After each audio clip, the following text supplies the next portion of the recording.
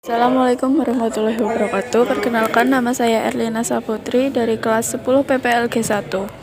Di sini saya ingin menjelaskan materi tentang bahasa pemrograman Python. Pengertian bahasa pemrograman Python.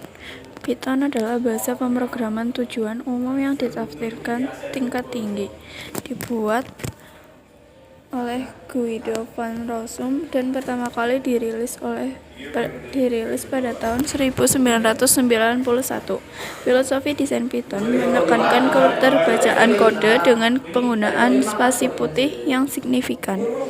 Python memiliki banyak penerapan di berbagai bidang, termasuk web development, automasi, software testing, analisis data, machine learning, dan pengembangan game.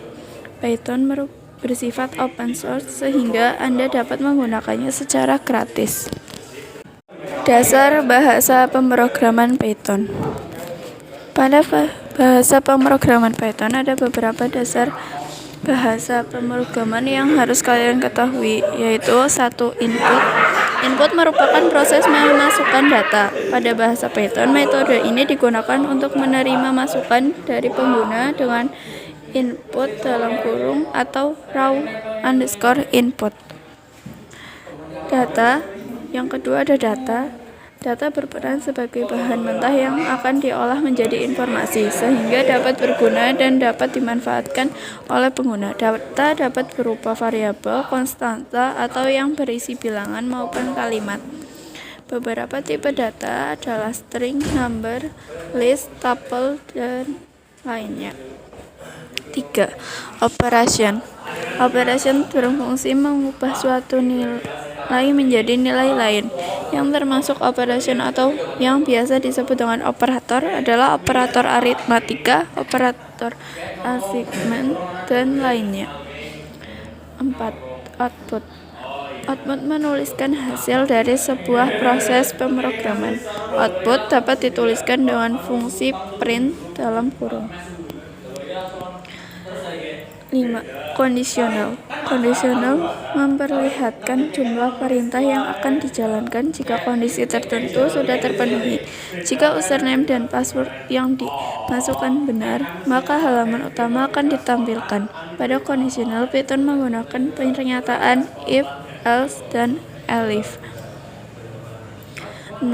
Looping. Melalui looping, sebuah perintah akan berjalan beberapa kali selama kondisi yang ditentukan atau kondisi yang terpenuhi. Pada looping ini, Python menggunakan pernyataan for dan while untuk melakukan perulangan. Fungsi bahasa pemrograman Python. 1. Aplikasi berbasis web, mobil, dan desktop. Python dapat digunakan untuk membangun dan mengembangkan aplikasi berbasis website, mobile, maupun desktop. Dalam proses pembangunan dan pengembangan ini, Anda membutuhkan bantuan framework. Framework adalah kerangka kerja yang digunakan untuk membangun aplikasi berbasis web, mobile, atau desktop. Untuk menciptakan aplikasi yang tersusun secara rapi, terstruktur, dan efisien. Contoh framework Python ada pada tabel yang sudah saya tampilkan. Fungsi yang kedua yaitu data science. Python digunakan untuk mengolah hal-hal yang berkaitan dengan data science. Python adalah bahasa pemrograman yang akan memudahkan seorang data scientist dalam mengekstraksi, membersihkan, hingga memvisualisasikan data dengan mudah. Data scientist menjadi profesi yang paling banyak diminati karena semakin banyak perusahaan yang mencari ahli dalam pengolahan data. Python dapat dipilih karena lebih fleksibel jika dibandingkan dengan bahasa pemrograman lain. Library khusus di Python yang digunakan untuk data science antara lain NumPy, Pandas, dan Matplotlib. Fungsi yang ketiga yaitu sebagai data analis. Data analis masih memiliki keterkaitan dengan data science yang telah dibahas sebelumnya. Library yang digunakan pun masih sama. Perbedaannya adalah pada data analis, Python digunakan untuk menganalisa data yang dihasilkan agar menjadi informasi yang lebih bermanfaat.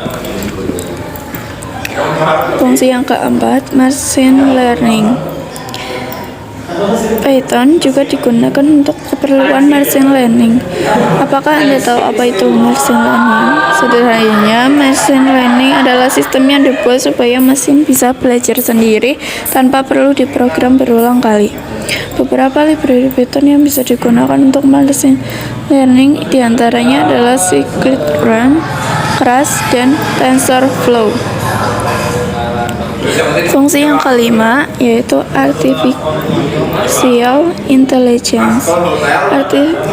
Artificial intelligence atau AI menjadi simulasi kecerdasan yang dilakukan oleh mesin agar mampu berpikir seperti manusia.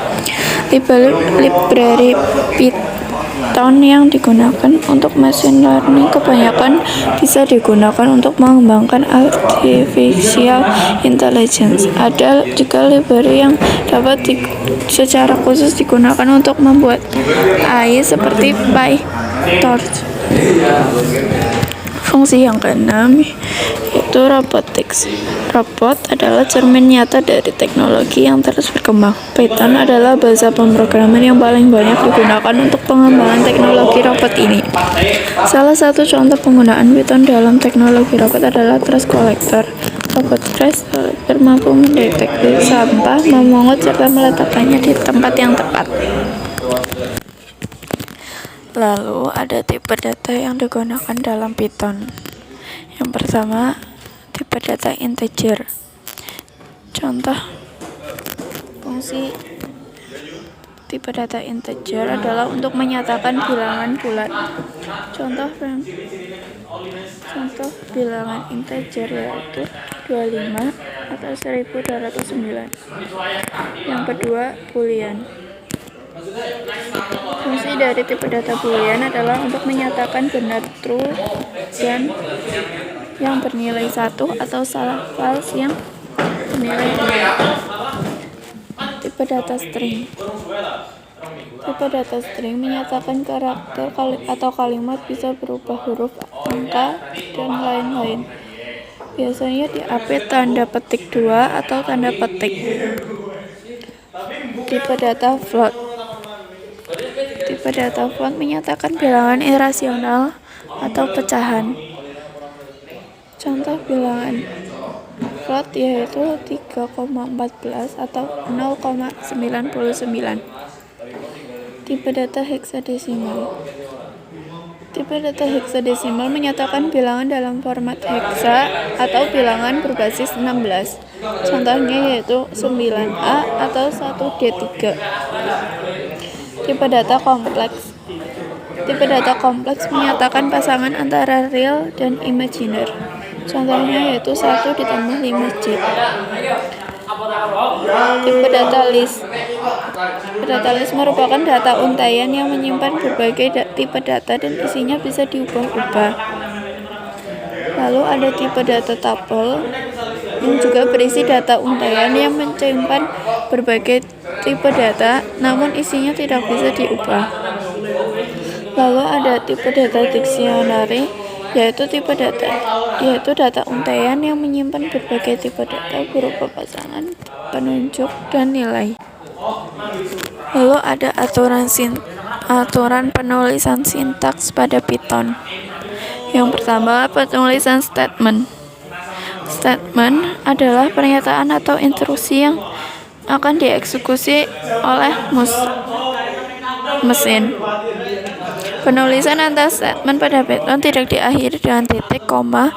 Jadi cara membedakan satu statement dan satu statement lainnya adalah dengan karakter ganti baris yaitu simbol kurung. Setiap pergantian baris, interpreter akan menganggap bahwa sebuah statement telah sempurna. Contoh penulisan statement pada Python adalah seperti berikut.